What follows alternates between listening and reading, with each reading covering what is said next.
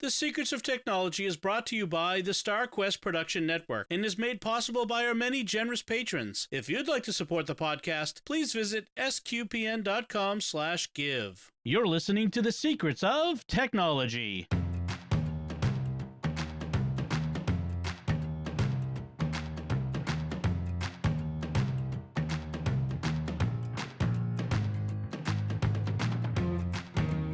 Hi, I'm Dom Bettinelli, and you're listening to The Secrets of Technology, where we discuss the technology news that's important to you from a uniquely Catholic point of view.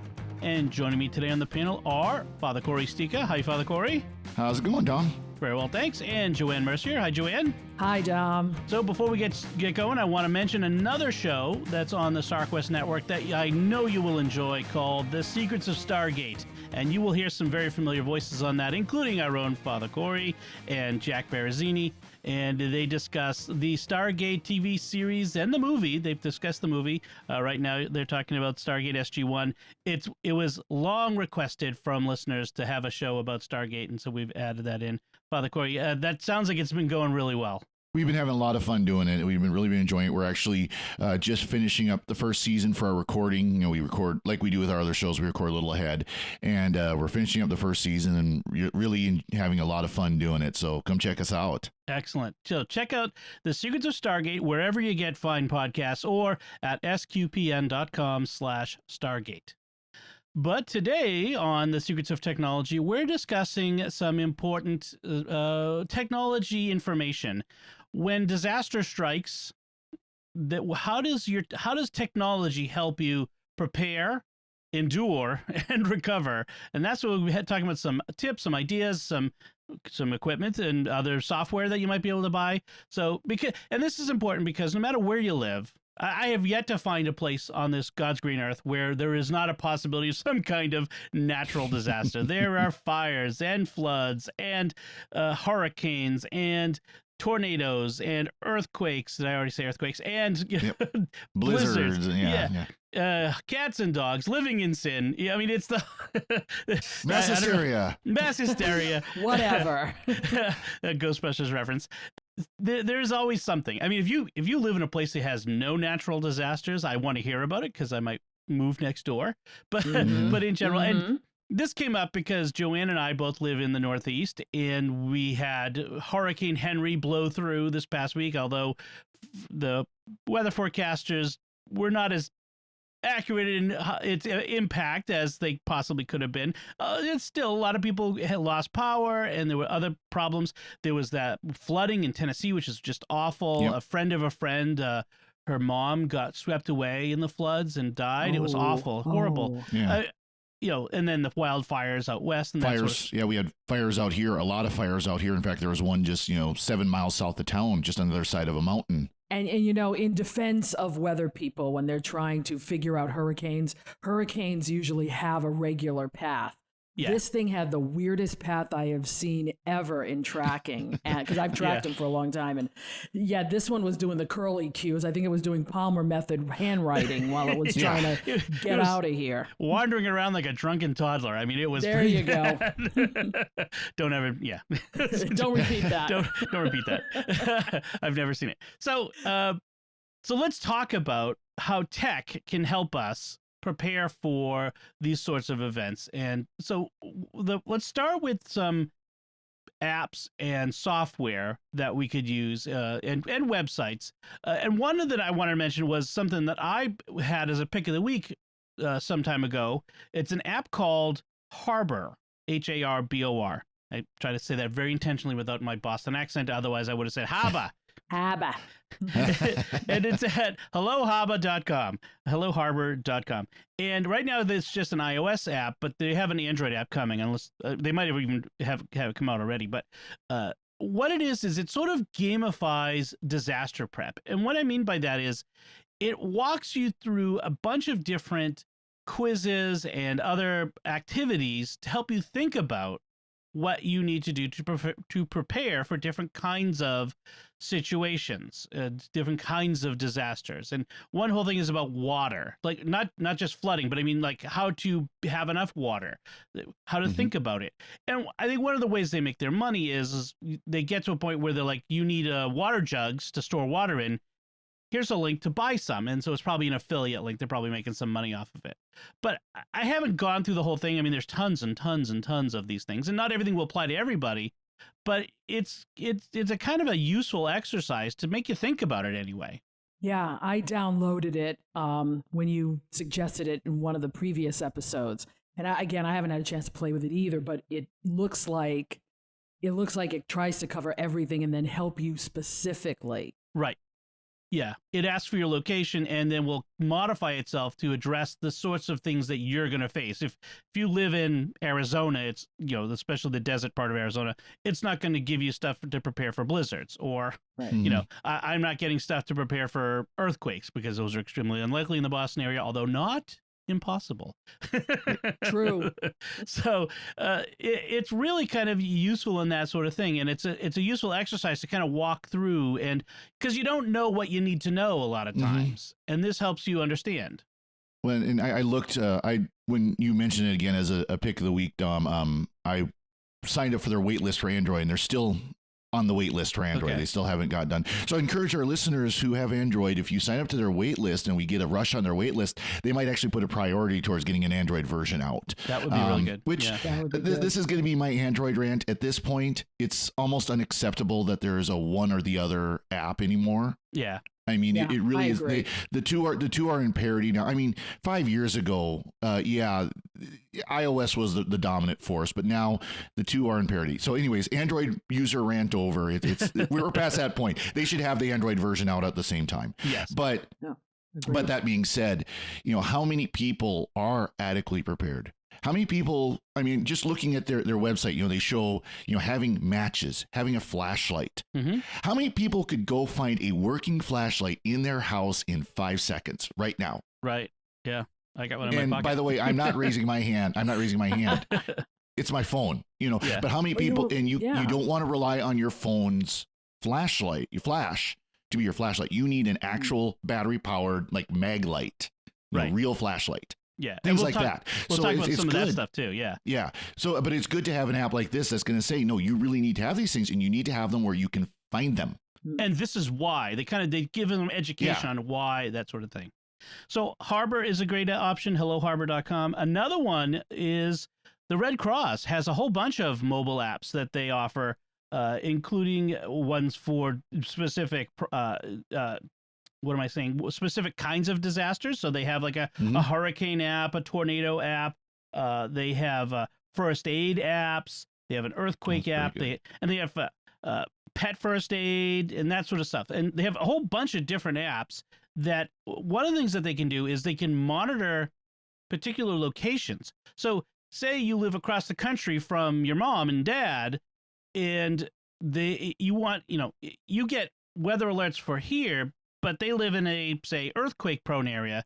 If there's an earthquake or warning or something like that, or a volcano or a tornado watch, you could get a notification on your phone saying, "Hey, there's a natural disaster warning for this area that you told us to look at," and that keeps you aware. Okay, hey, mom and dad, are you okay? Are you ready for this, or that sort of thing? The Red Cross apps are pretty good. They're not great. They're a little thin in some areas, but they're good. They're good a part of the whole package is how I want to look at it. Yeah, they were my first ones that I ever got a long time ago, and sometimes I do go back to them for reference, especially the pet first aid when I have the dogs. So that was always what do you do for a dog? Right. I was always like, I hope I never have that situation with a dog. We're somewhere and we can't get to a vet. The dog breaks its leg. Oh, right. And there is a first aid app. There's also an emergency app, which is more of a.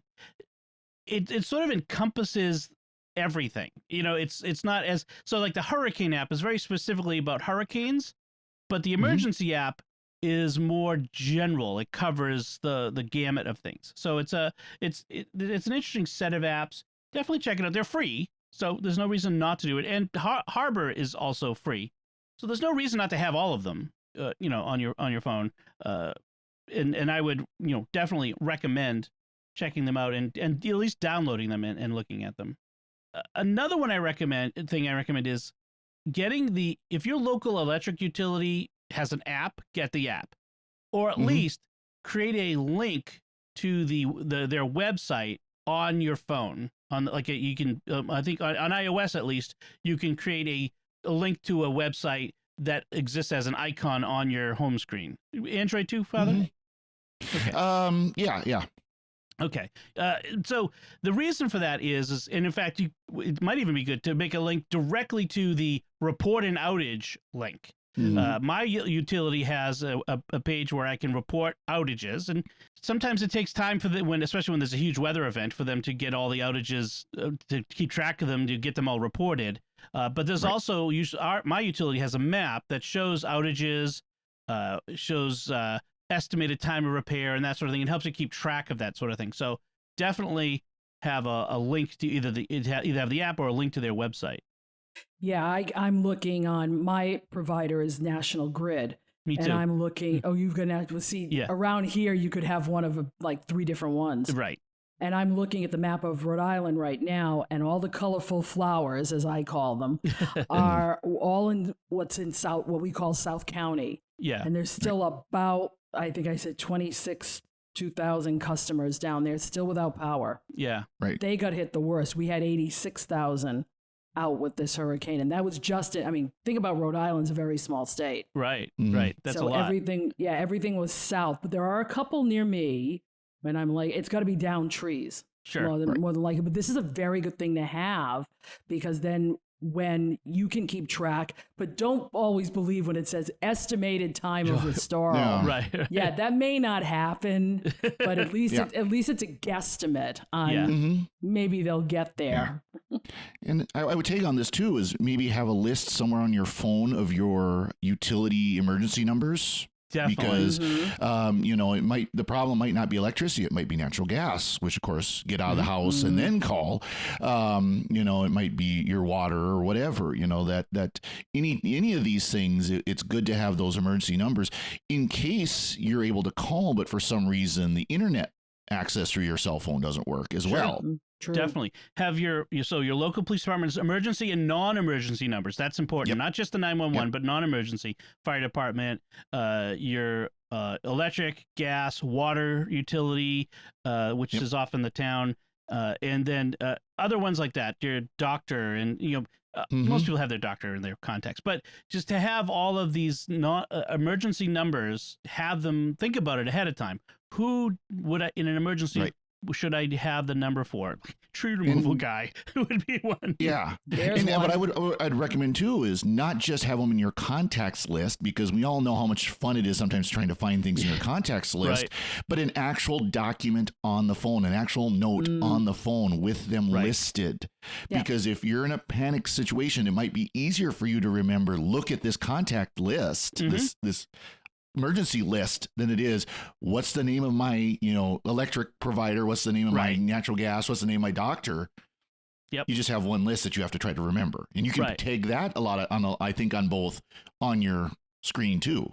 That's true. And so Apple Notes and iOS, there are Notes apps for Android. Evernote is a great place to store that sort of thing if you're an Evernote user. Google Keep, anything like that where it's information storage. Definitely. Yeah, that's a great idea. Make a list like that. Other apps and websites, FEMA, Federal Emergency Management Agency, also has a mobile app. They also provide information via text messaging, and they have pages that give you information at ready.gov that gives all kinds of information about preparing, including they have a great webpage at ready.gov, and we'll have links to everything in the show notes. But they give all kinds of information about getting your technology ready. So if you have a business, especially, I think it's one of the things. But how to, have backups and turning things off and that sort of stuff. So that sort of disaster prep from a tech perspective is also on the federal government's website. But the FEMA app gives you real-time alerts from National Weather Service, shares can share real-time notifications with loved ones about your situation. It gives information on emergency safety tips. It will help you locate when an emergency has happened, emergency shelters, disaster recovery centers. So if you have like a bad disaster that FEMA is here and doing disaster recovery, this will give you information on how to connect with them, probably to ask for assistance from FEMA and that sort of stuff. So again, having this stuff on your phone beforehand is preferable to trying to figure out how to get it afterward, when perhaps sometimes communication can be sketchy, like access to app stores. I have one that we use in our town called Code Red Mobile Alert. Yes. Yeah. Now there's one to have in case your town starts to have there's a problem in your town and they want to broadcast emergency information. Right. Registering this app, your address where you are in the town, it'll immediately send you something if the town sends out something. So that's a good one too. I've seen it work in a blizzard. Check with your town, see what they do. My town does a reverse 911 and texting situation where you can and for a phone, with cell phones, you really got to register with it because the reverse 911 only works with landlines, the automatic one. So register your phone with them. We also get a text and that sort of stuff. And it's kind of funny because our phones blow up with all this stuff. Like my wife's phone, my phone. Yeah, we like, oh, it must be something coming from the town. There's also state level.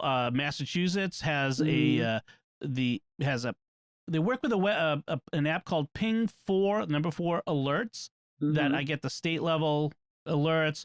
We have the Massachusetts State Police has an app that also provides certain kinds of information, sometimes about like a criminal or, if there's a terrorist attack or that sort of thing, that they could be providing information through that. Like I have a folder on my phone of just emergency apps. Me too. And that's, a great thing to have. And I have it labeled emergency. It's right there on my home screen. So there's all kinds of these apps. And if you're really old school, they have police scanners. Oh, yeah. So if you want to follow, I know a lot of people who like to follow police scanners. So I have one called 50 Radio. Yeah, that's a great and idea. You just, see if you can plug it into, but you have to play with those. I believe 50 worked in Massachusetts, not so much in Rhode Island. So, because I work in Mass, so. They don't always cover like your local area, PD, emergency, but yeah, check them out, and they'll often have your local. And a lot of time, what they are is people have actual police scanners or actual scanners that are hooked up to the police and fire bands and are just scanning through them, and then they broadcast that over the internet. Is what they're doing. Right, exactly. And there was and if I can do one more app, there was during one of the hurricanes in Florida a while back, they were using an app called Zello, not to be confused with Zillow. Yes. Yeah. Or Zelly. Yeah. Or Zello, but it was, I have it. Let me make sure it's not Zelly. It should be Zello. Okay. It's Zello. Zello. Zello. Okay. It's a big Z on it. Okay. And you can actually communicate with other people. They create a channel and everybody gets on it and they talk disaster. This is what they've been using for disaster relief and hurricanes. Oh, okay. So local. Yeah. Right, well, it's local, but they've encouraged people from other areas to help out. Like sometimes if they're trying to relay a family member in another state. I see what you're saying. Yeah. If you're from another state, they'll give the number. They can send it privately. Yeah. You can let them know. During Hurricane Harvey over Houston, back in Louisiana, back in the day when the Cajun Navy was working, I remember now, Zello was key to helping people connect and having them deploy these volunteers and boats out to save people from the flooding. So, yeah. And this kind of brings up a good point as we're going to move into what to do to prepare. When there is an emergency, don't immediately call someone. Right. Send a text message, send a, Twitter ping or a Facebook message, do something that's text based. First of all, because it uses a lot less data. A phone call uses a lot more data than just a simple text message, and it'll cache. So if you send a text message and their phone isn't having reception at that moment, it'll wait until they do. Right. Just like when you're on a plane and you land and Yep. you turn on your phone and it blows up with messages. Yes, definitely. That's a great point. Don't overwhelm the circuits with telephone calls. That happens. And if you're in an emergency, the best thing you could, if you're worried, if you got family members that you're worried about contacting, make sure they know you're okay. Use your social media again. Create a group on Messenger, post something on Facebook or Twitter or whatever. However you communicate with your family and friends currently when there's not an emergency. Again, don't make phone calls. Save those calls for the firemen, the policemen, and so on that need that, because they do use those lines as backups too. Right. Very good.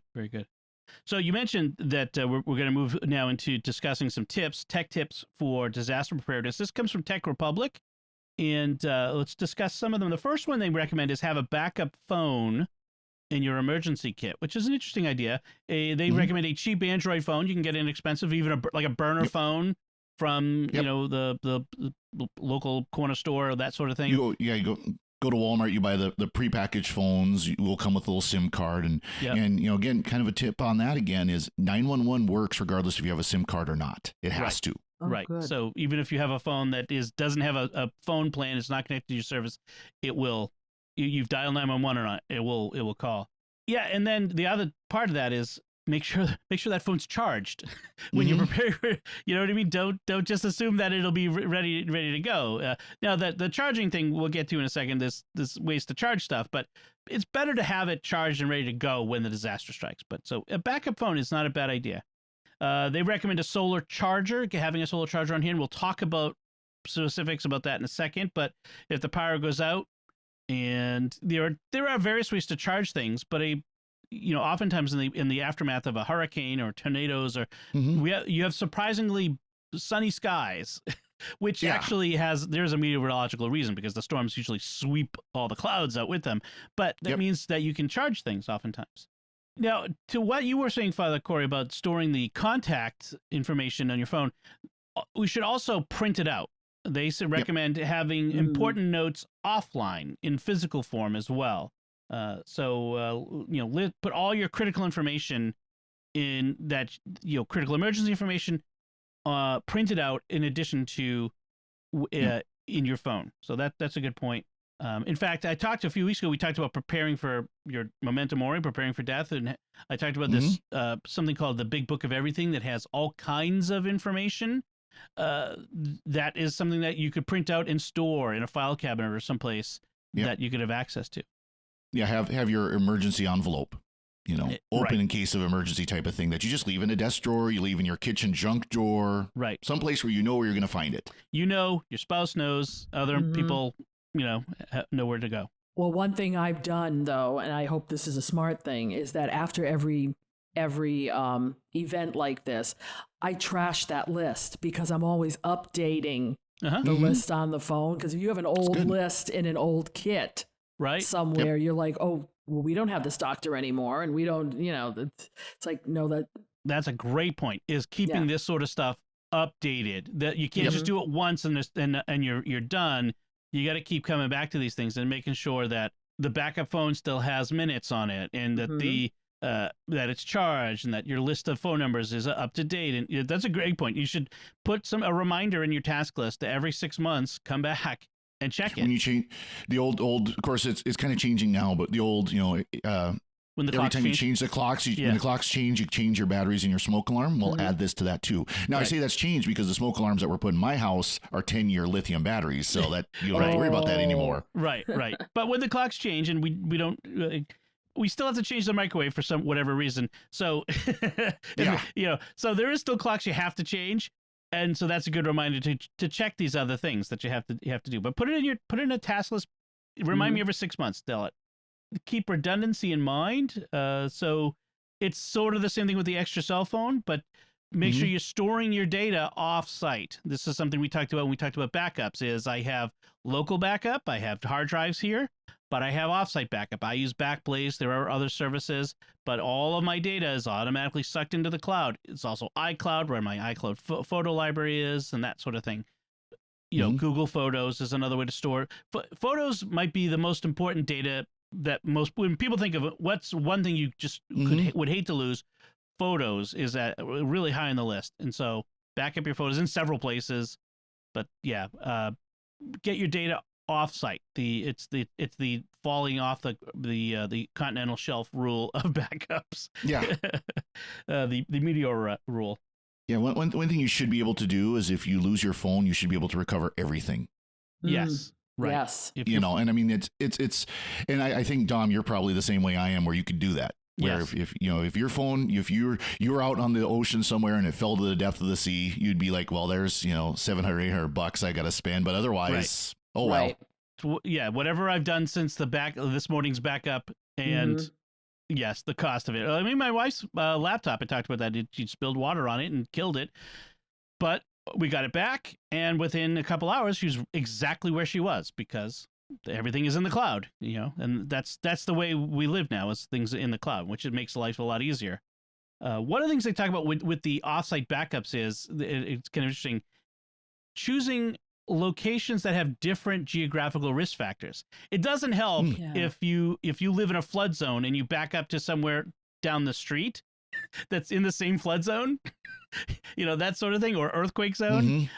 Make sure like that's not a bad thing, is actually to also store something local, like in a safe deposit box or at a friend's house. But that shouldn't be your only offsite backup. Then you should have multiples.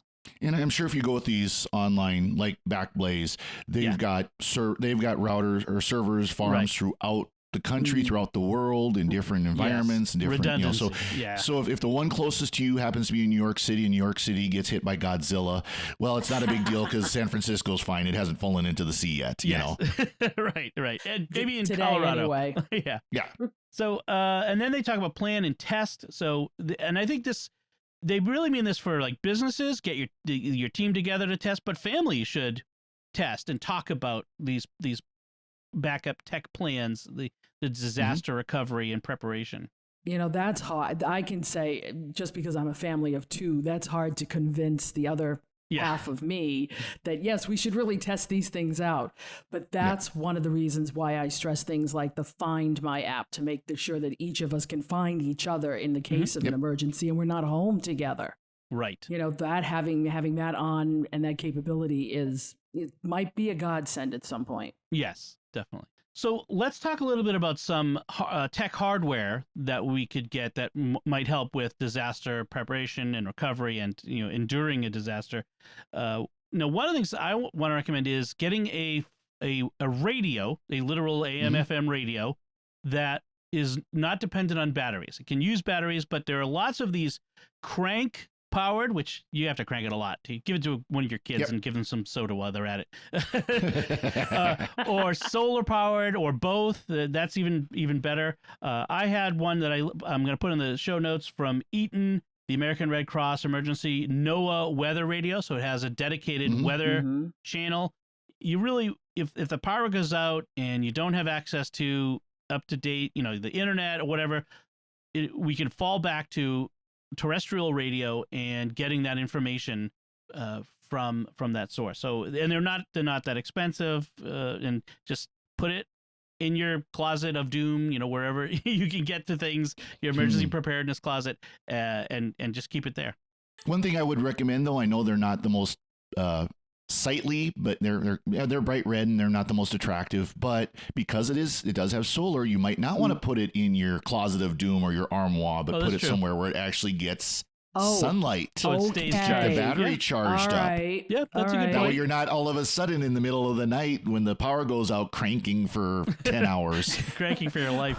Well, that's every one of my devices has a specific, and that's something too. If you know which device is going to do what when, that's my real. You know, we've lost communications with the rest of the world device. Yeah, so that's why I don't mind in the closet in the armoire of doom. So the one I'm putting in the show notes is from Eaton, and it does crank, it does solar, it can also charge your phone.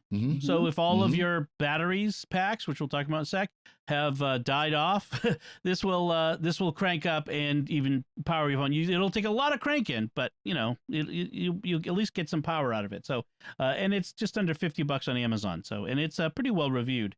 Let's talk about those batteries, though. There are several different kinds of large batteries and solar powered chargers.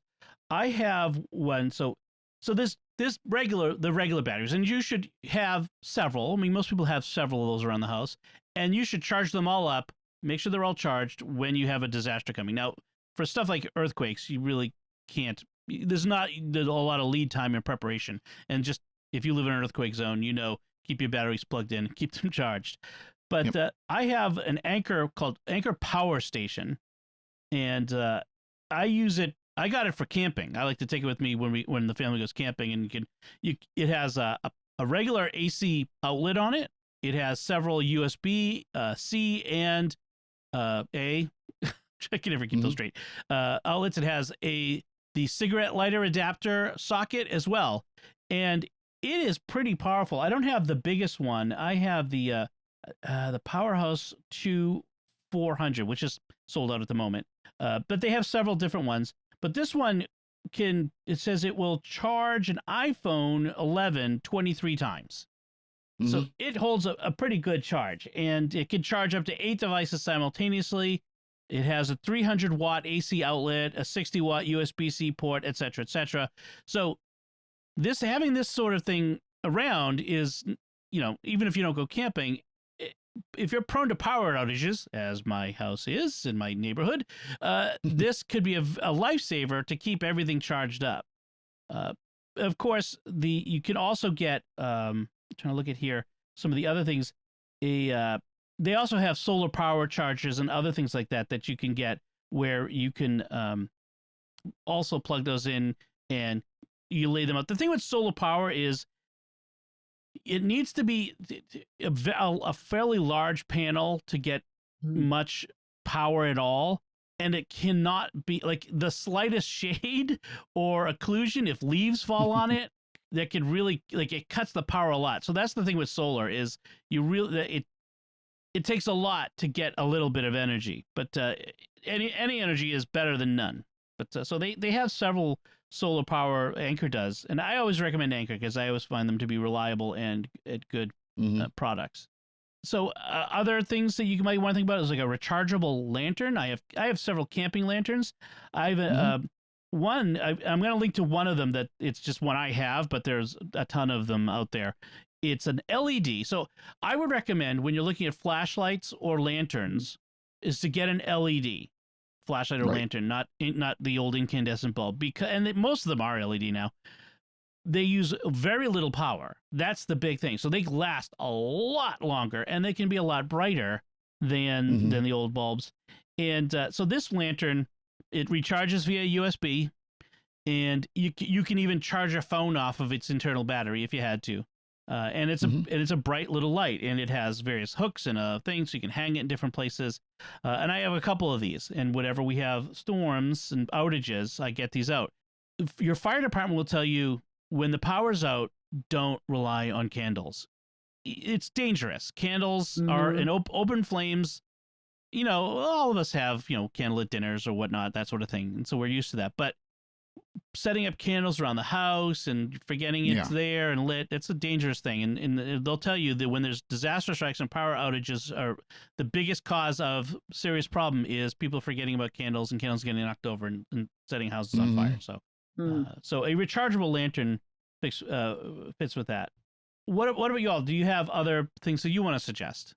Yeah, I threw in a regular lantern for folks who might want to go old school with batteries, the Energizer LED folding lantern. Now, I have this. This folding lantern is great because closed, it can serve as a regular type of lantern and even a nightlight. But if you open it, now you've got the possibilities of putting it over things. Like using it as a desk lamp if you're sitting at a desk or at a table so that you can see play games. It moves, and that's what I like about it. It is a battery hog, but I haven't had to change the battery. We've had a couple of outages, and I haven't had yet to change the D batteries. Okay. So that's pretty good. It runs well. It's only $20. So if you're looking for something economical, there you go.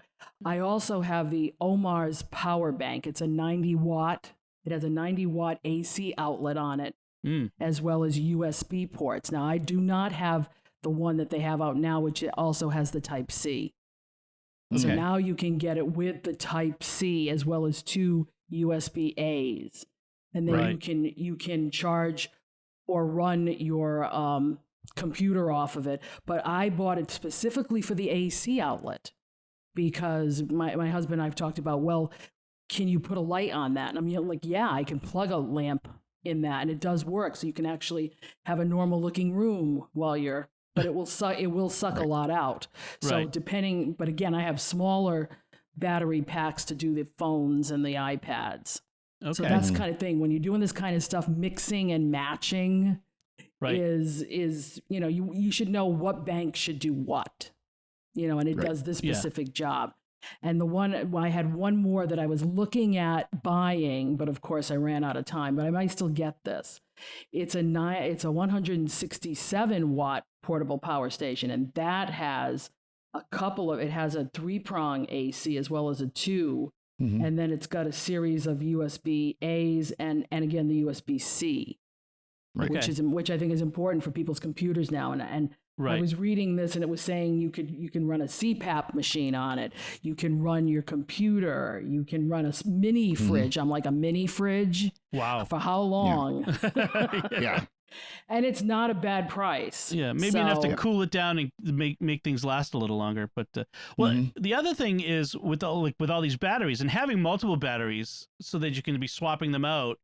Also keep in mind that your car, if you're Yeah. full of gas and your car is functional and it's safe to run your car, not buried in snow, you can recharge your tech from your car. So keep that in mind as well. Well, and to extend off of that, not just can you plug in your smartphone into your car using your standard 12-volt cigarette lighter, which of course that kind of dates us because they're not cigarette lighters anymore; they're power Yeah, ports. I know. That's right. Your 12-volt power ports, but you can also get power inverters that will take that 12 volts DC and make it into 120 volts AC. Yep. And so in some cars, like the pickup truck I just got from my folks, has it built in. It has a 2-prong 120 volt built in to the vehicle. But you can get boxes that do the same thing. And some of them are really nice where not just do they have the AC outlet, but they also have USB-A, USB-C outlets. Now, there's kind of a caveat when you're doing these inverters, though, because there's only so much power you can actually pull through a power port, and that's 150 watts. Right. That's what that is the industry standard, as far as I know, for cars. That at that point, if you go over that, you blow fuses. But you can buy bigger ones that come with the alligator clips that you can plug direct to the car's battery. And car batteries are huge. We talk about let's say my phone, I can't remember the exact specs, but I think my phone is somewhere around the range of 4,000 milliamp hour battery. Car batteries run from 40 to 70 or bigger amp hour. Yeah, thousands of times. And a milliamp, more. 1,000 milliamps is 1 amp. Right. So you could charge, on the low end of your battery, you could charge, your cell phone from completely flat 10 times.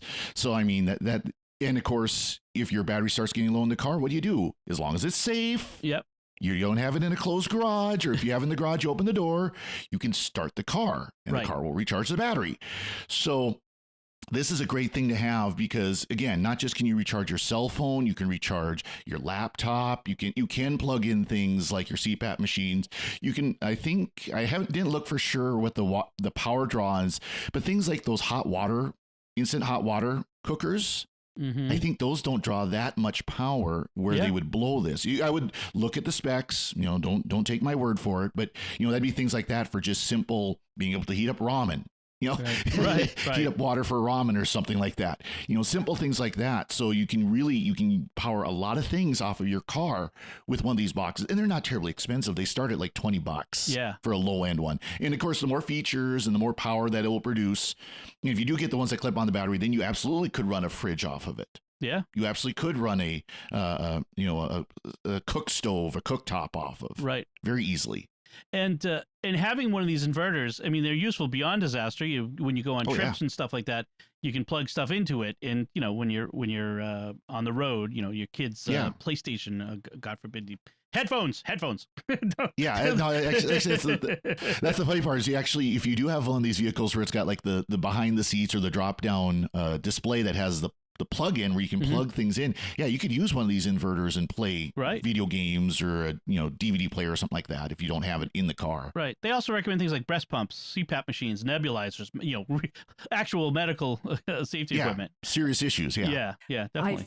One thing my husband and I have done because of all this is we do have a small generator, gas-powered generator.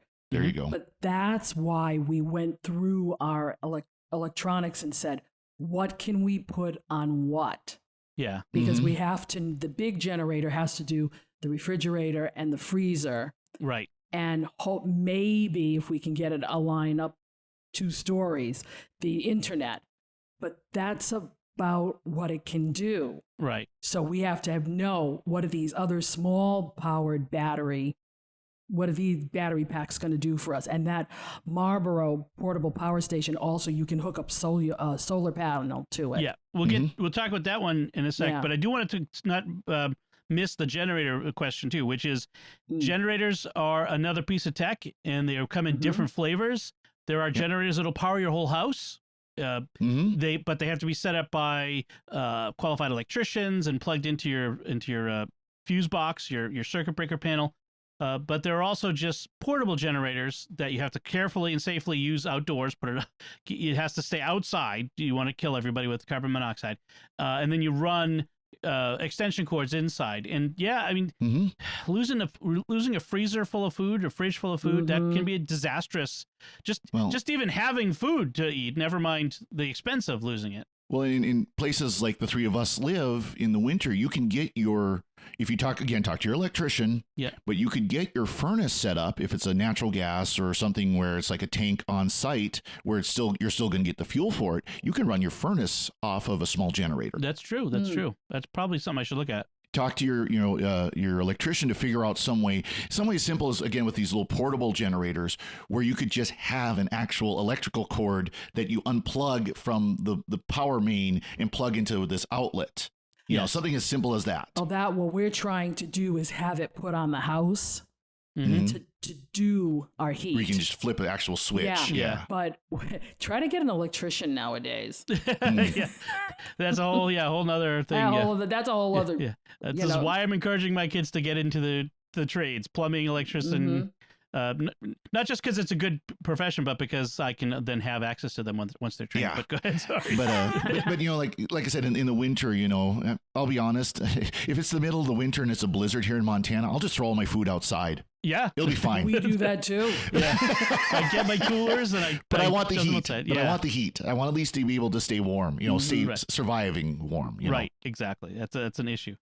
So Joanne, you mentioned this last one, this Marlboro, we'll have a link to it, 167 watt hour portable power station, 45,000 milliamp hour with solar powered generators. So this is like the Anchor power station was mentioned, and it's sort of in a different direction. The Anchor is more expensive. It doesn't have the solar power, but it does have these other options. It probably doesn't have quite the capacity. I think I didn't compare the capacities, but it's another option and it's less expensive. It's $120 on Amazon, so that looks good.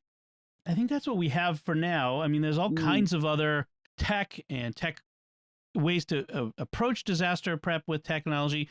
We may come back and revisit this. If you have questions about anything we've talked about, or if you have suggestions for tech that can help you prepare for disaster or how to prepare your tech for disaster, you can let us know by sending us an email to technology@sqpn.com.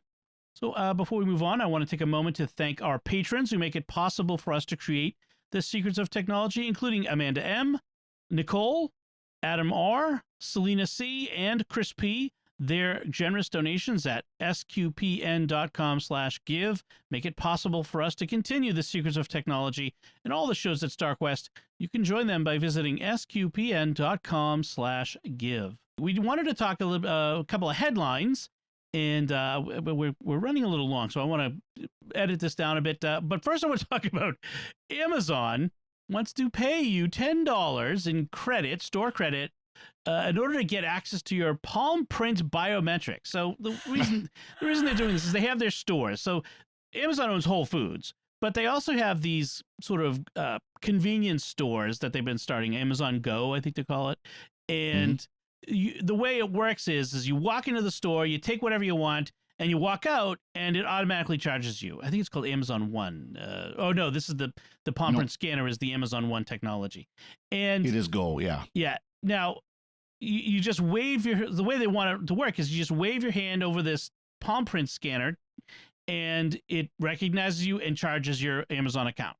And so, in order to get people to use this, you need to have your palm print on file, and apparently, people have been a little reluctant to give their biometric data to big tech. What do y'all think of this story? Would you take $10 in credit from Amazon to give them your palm print? That's a hard no. Yeah, I'm with Joanne on that one. Yeah. Yeah. I mean, especially given how a lot of this facial recognition and other biometric sort of data has been not, let's just say, not kept secure, whether from governments or from hackers or even just Amazon. I just don't want Amazon to have this. Yeah. I have a smartwatch. When I go in, I hit the the charging thing with my smartwatch. It pays for it. I walk out. I'm happy. And it's been a great godsend since this pandemic started. So right. My palm print, no. I think now we're crossing the line a little bit. I don't mind having a device, but I do mind you taking finger, palm, whatever prints. Right. Yeah. No. I can always get rid of my Apple Watch or switch it out or whatever. I can't change my palm print. I can't change my eyes. I can't change my fingerprints. And so once they have that data on file, I can't change my password. And I'm going to make this very strong caveat. I am not saying this is going to happen here in the United States. However, right now in Afghanistan, the Taliban has been able to get a hold of the biometric data of the people who worked with us. Oh, and they are using it against them. And again, I'm going to make this strong caveat. I'm not saying that's going to happen ever here in the United States, but it is a concern in some countries that if there is a regime change, suddenly they're going to get this data even from someplace like Amazon. Right. Yeah. Or if you travel overseas, or that sort of thing as an American, go to another country, that information can be used against you. Yeah, that's true. So I guess that's three of us hard no on my fingerprints or my palm print in exchange for $10. So speaking of big technology and dystopian futures, so most people have a Facebook account. Some people don't, but most people have a Facebook account. And one of the things you realize with Facebook is they don't really care about you as an individual. Such that if you've ever had a problem with your Facebook account, it's really hard to find someone who's going to help you with it. And so there's a story from NPR, and people who've had problems with their Facebook account, say, being hacked, they send a message, help me. They get no help for weeks on end. But there is a loophole. Facebook owns Oculus, the VR headset makers. And people found that Oculus, because it's this extra product that you're buying, they have really good customers or better customer service or actual, at least exists. So that if you own an Oculus, you can get Facebook to help you with your account much quicker. So people have found this way of, if I need help, I need to get my Facebook account back. I buy an Oculus headset for $300, get the help, and then return it and get a credit on my account. Now, people might say, why would you go through so much trouble just to fix your Facebook account? The fact is as much as we love to hate social media, it has become a necessary part of our lives for many people. Even in jobs, there are a lot of people whose job depends on them being able to post things on Facebook, manage company social media pages, to manage their kids' after school activities, and be part of a community. It is a necessary evil for a lot of people, and so it's worth it to them to lay out $300, even temporarily, to get access to their Facebook account. What do y'all think of people having to do this? Do we have a time for another episode? Yeah, really. Because we could go off on all these tech companies, not just Facebook. Facebook, Twitter, Google, Amazon. If you have any problem at all, they don't have customer service. Actually, Amazon, at least when there's a delivery issue, they're a little more responsive. But as far as you lose your Google accounts, don't even bother trying to contact them. You're not going to get a hold of them. Same thing with Twitter. Same thing with Facebook. And it's so frustrating because they should have some way that if you are locked out of your account, someone steals your account, you should be able to get it back fairly quickly. Right. There's no phone number, and that's the big thing with Facebook. There's no phone number to call and talk to a person. And sometimes, because when you access Facebook's customer support, because they get 1 billion users, they're overwhelmed apparently. All you're getting is automated replies, and you have the hope that someday some human being will go in and fix it for you, and that's just not good enough, frankly. But we're not paying for the service, so what do we expect? Is what some people would say. And that's exactly it. It's a free thing. So I think I would run the Oculus thing. Yeah. I would go get it. I would get my Facebook account fixed, and then I would take it back because I'll get motion sick on an Oculus. So there's no way I'm keeping it. Although, if it works, fine. Because the last thing I need, because I use Facebook for work, is to be out. Because normally I just say, hey, folks, I'm leaving Facebook. It's not me. But then again, I'm also a semi-public person in the kind of job that I have. Right. So I don't want that running around either. Somebody saying they're me. Yes. That would not be good. Well, and it's, the issue of fine, we're not paying for Facebook, we're not paying for Twitter, not paying for Google. Charge us for the call. Right. Yeah, I'll do that too. I mean, that's an old-fashioned technique. Right. You call, and at some point you have to give a credit card number or something like that, and then they'll help you. Right. If my Facebook account got hacked and I couldn't access it, I would pay $5, $10, whatever, to get it. If I had a problem with them marking one of my posts as not fitting community standards, I'd pay a few bucks. Although there is a bit of conflict of interest that is possible that might come up with that. That if Facebook doing things to. They don't feel like the most ethical company, so I wouldn't put it past them to be doing things that generate revenue. Let's put it that way. But nevertheless, I wouldn't mind being able to pay something to get back an account that's been hacked and I can't get into it. So, all right. So those are our two dystopian headlines of the week. I promise we'll have good headlines in the future. We'll have some fun stuff, but just too often it's these ones where we get to say, oh, the big tech. So let's move on to our picks of the week. Joanne, I am going to let you go first with your pick of the week.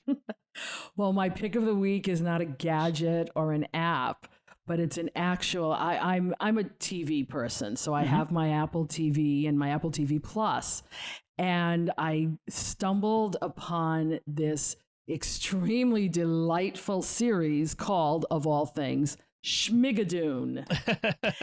And it is, I'm a musical theater. I'm a Broadway baby, have been since I was very young, been in shows. And this is a real intelligent takeoff, even though it may be very kvetchy or very predictable. Homage to 40s, 50s, 60s musicals, Broadway musicals. So you're going to see very familiar characters with different names in a very familiar setting where you can actually look at it and say, you can look at the whole entire series, which I believe is about 6 episodes for this season. I hope there's another season. And say, okay, this is the female lead song. This is the male lead song. This is the 10 o'clock number. You can do the whole thing, and it's delightful. And it's people and people who can sing. Christian Chenoweth, Alan Cumming, Keegan-Michael Key, Cicely Strong actually sings. I was pleasantly surprised. And of course, Schmigadoon is an homage to Brigadoon, but that's not where it stops. You'll see Carousel, the Music Man. You'll see all kinds of, and the lyrics and the tunes and the lyrics even sound like it's like a cheap ripoff, but it's not. They're intelligent. Oh, nice. So it's really good. I highly recommend it. If you have Apple TV Plus, run If you don't, you want to spend the money. Okay, if you're waiting for the morning show or something else, this is a good filler. And they do have free trial of Amazon Plus too. So Apple TV Plus, yeah. LTV, excuse me, yes, yeah. Yeah. That's awesome. Yeah, I love musicals. I've always said that I wish life were like a musical and people just broke into song. When you're walking down the street. Yeah, they do in Schmigadoon. I'm gonna have to check it out because I like all those old 60s and 50s and 60s musicals. So fun. Father Corey, what's your pick? So my pick is maybe a little bit of bragging more than anything else, but I live in Montana in a small town where we have decent internet available. It's 40 megabits down, 3 megabits up. It's okay. You can stream and do all that kind of stuff, but it's not great. And so Elon Musk has come to my rescue.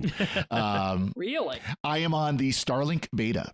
If you're not familiar with Starlink, this is the internet, satellite-based internet, but it's low Earth orbit satellites. So it's much, much faster than HughesNet and Viasat, which are the two old school satellite providers that were horrible. I mean, every person I've ever heard of that had them says it works, and that's literally the only thing you can say about it. It's slow, it's laggy. This is neither. This is actually right now. I'm like I said, I'm on the beta.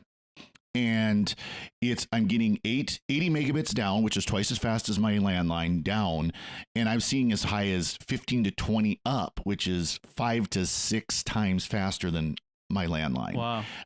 The ping, we recorded Secrets of Star Trek, Secrets of Doctor Who. And Dom, you said it was great. Yeah, I had right no now. problem with lag. Well, that's where I'm going to get to that here in a sec. It's fast. It works great. I've had very, very little problems with it until today. Oh. And so that's why I'm going to say and get to this. But it's, but when we recorded for the Secret Star Trek, Secret Doctor Who, Jimmy said my video looked better. You said, John, you said there was absolutely no lag whatsoever in our conversation. Yep. So it was fantastic. I was thrilled by that. I woke up this morning and I was looking at I'm on the Starlink Reddit forum and people are talking about a outage. And there was a real outage. Let's see. Yeah, here we go. Last night, there was at about 6:30 my time, there was an 18-minute outage followed by another 18-minute outage. And it was worldwide. Oh, wow. Reports everywhere is worldwide. And it was constantly, it'd stay up for about an hour or so and then drop for a couple of minutes or a couple of seconds and stay up and drop and stay. It was bouncing, and it would bounce, for a second or 2 seconds or 15 seconds. Right. And so right now I'm on my DSL. Okay. Because I didn't want to, and that's the caveat. It is still beta. Yeah. So I don't know if they pushed an update to their satellites and it caused it. I don't know what happened. Right. But this is the only time I've had any real major problems with outage. Okay. Was today. Other than that, it would have a minute or a second or two outage. And on Monday night when we recorded Secrets of Stargate, I saw one of the outages. And it literally was everybody froze for just a split second and then caught up and gone. Oh, yeah. It wasn't a big deal at all. Okay. So it's fantastic. Other than today, it has been rock solid stable. I've been using it for about a week now, and the speeds have been great. Again, they haven't been where they promised. Elon Musk has said he wants gigabit Ethernet via satellite. Yeah. And I think when you look at what's going to be coming down the pipe, I think it's very much possible because I'm on the version 1 satellites. The ones that are up there right now are the first version.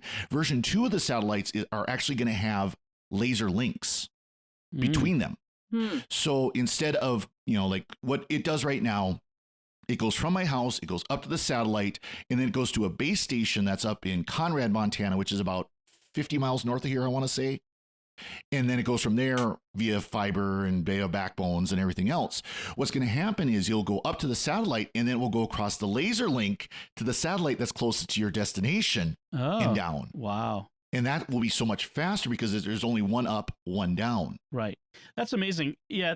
I've been watching this and they're talking about like they want there's a lot more satellites they want to put up that will make it faster and more reliable. And if you live outside of the big cities, this has been a big issue. Like, broadband in the big, in the big cities or in their suburbs has been available for years. But anyone who lives outside of that area in more rural areas, this has been an issue that no one has really addressed well until now. Google has tried to do their thing, but this sounds like a good solution. Well, and there was the Rural Telecommunications Act under President Obama that did allow for fiber to be run in a lot of small towns, including the town I lived in at the time, Malta. The problem was, even when the telco put in the fiber, they didn't give us anything close to gigabit. The best you could get was 50 megabit, Right. which is still fine. Right. But it's not, but again, it's not the potential of fiber. Yeah. You know, again, those, Dom, I think you're saying you've got something like 500 megabit or something like that, don't you? Yeah, I'm 500 up Yeah. and down now via Me too. Verizon. Yeah. And see, Yeah. that's not available in probably all of Montana, to be honest. Right. Wow. Right. Even in Now- the big cities. Yeah. Now, this is the one where you buy the equipment and then they charge Correct. you every month? Correct. So you buy the dish, and it is a $500 charge. However, according to Starlink, they actually are losing money on that because these wow. dishes aren't just passive receivers; they are actually computers. You can go online and see the breakdown videos where people are broken down. Dishy McFlatface, by the way, I love that name. But they've broken down the dish, and it is actually like a full computer inside the receiver. It's a And then transmitter and receiver too. I mean, it transmits too. yes, oh yes, it's That's- all through the wow. dish. That was one of the big differences with the older satellite systems, is that they were receiver only, thus passive and cheaper, but the transmitting the was all Correct. via land. Yeah. It's actually, and by the way, talking about emergencies, this could be fantastic in an emergency Yeah. because it only has one power cable. So it goes from the dish to a power box, and the dish is power over Ethernet. Mhm. And then from the power box to the Wi-Fi is also power over Ethernet. Okay. So you plug that one power brick in, and it uses a pretty decent amount of power. I've been seeing reports anywhere from 60 to 100 watts, which, by the way, we were talking about cars. You could run it off your car inverter. Yeah. But it's only that one plug-in, Yeah. and you've got full access. So if you've got a laptop with a full battery and you've got this plugged into your car, you could have internet access in an emergency, as long as as long as it's not a severe storm that's completely blocking the signal. How is that affected by weather? I haven't seen too bad. It did diminish, but I never completely lost signal. And we did have a pretty good storm go through, not like, a super mega cell or something like that, but a pretty good storm go through. And the worst I got basically was equivalent to my landline. Okay. All right. That's good. That's So good. I've had very little problem with degradation of signal. Like I said, had a few little, about every couple hours it switches satellites and you have a little bit of a gap, but nothing too serious except for today. So it's been fantastic. And as they keep improving it, it's going to get better and better and better. So if you're able to get on this, and you need it, again, you're in a rural area like I am, I highly recommend it. It very much, I enjoy it, Awesome. except for this morning. Yeah. So my pick of the week is another one of my menu bar apps. This one's called Home Control Menu for HomeKit. And I've made no bones about the fact that I have a lot of home automation stuff through HomeKit in my house. And what it does is it gives you access, the most basic function of it is it gives you access to all your HomeKit functions from the menu bar. You don't have to open a home app. You don't have to, on your phone or on the computer. So you can turn things on and off from there. But the thing that I really like about this is that it gives you automation possibilities. It gives you links and through X callback URLs, which is it's just a URL that when called will do a function in the program as opposed to open a website. Which is basically that. But it gives you that sort of control and access to your home automation stuff. So bottom line is I can program automations, whether it's in Keyboard Maestro or AppleScript or other things. I use it in my Stream Deck to control lights and turn things on and off throughout the house. Put the blind, if you have a home automation blinds, put them up and down, or turn fans on or off, that sort of thing. You can do it all with automation, which you can't do through Apple's own apps. So this gives you access to controlling that sort of thing that you might not have access to otherwise. So it is $10, which is a little expensive for an app that just sits in your menu bar. So I don't know that I would have bought it if it was just the functions that I can do in the home app, but now I can do in the menu bar. But the automation thing was enough for me to say that provides me some real functionality that I can use. And so I picked it up for that. $10 is a little on the high end for what this does. Now, again, I pay $10 for an app all the time. and say this is worth it if it does enough. I'm not going to cheap out on that. Developers are worth what they charge, but for if I was just about controlling lights and things like that, I don't know that I would have spent $10 on it. So, but that's my pick this week. All right, so that's it from us. What if you have any thoughts on our discussion, any feedback or questions for us, you can let us know by going to sqpn.com/technology or the SQPN Facebook page at facebook.com/StarQuestMedia, or send an email to technology@sqpn.com. You can find links from our discussion and our picks of the week on our show notes at sqpn.com. Make sure to follow Secrets of Tech wherever you get podcasts from, including Apple Podcasts, Google Podcasts, Spotify, Stitcher, TuneIn, your favorite podcast app, or at the SQPN YouTube channel, where you should also make sure to hit the bell to get notifications. Until next time, Joanne Mercier, thank you for joining me and sharing the secrets of technology. Thanks, Dom. And Father Corey Stika, thank you as well. Thank you, Dom. And once again, I'm Dom Bettinelli. Thank you for listening to the Secrets of Technology on StarQuest.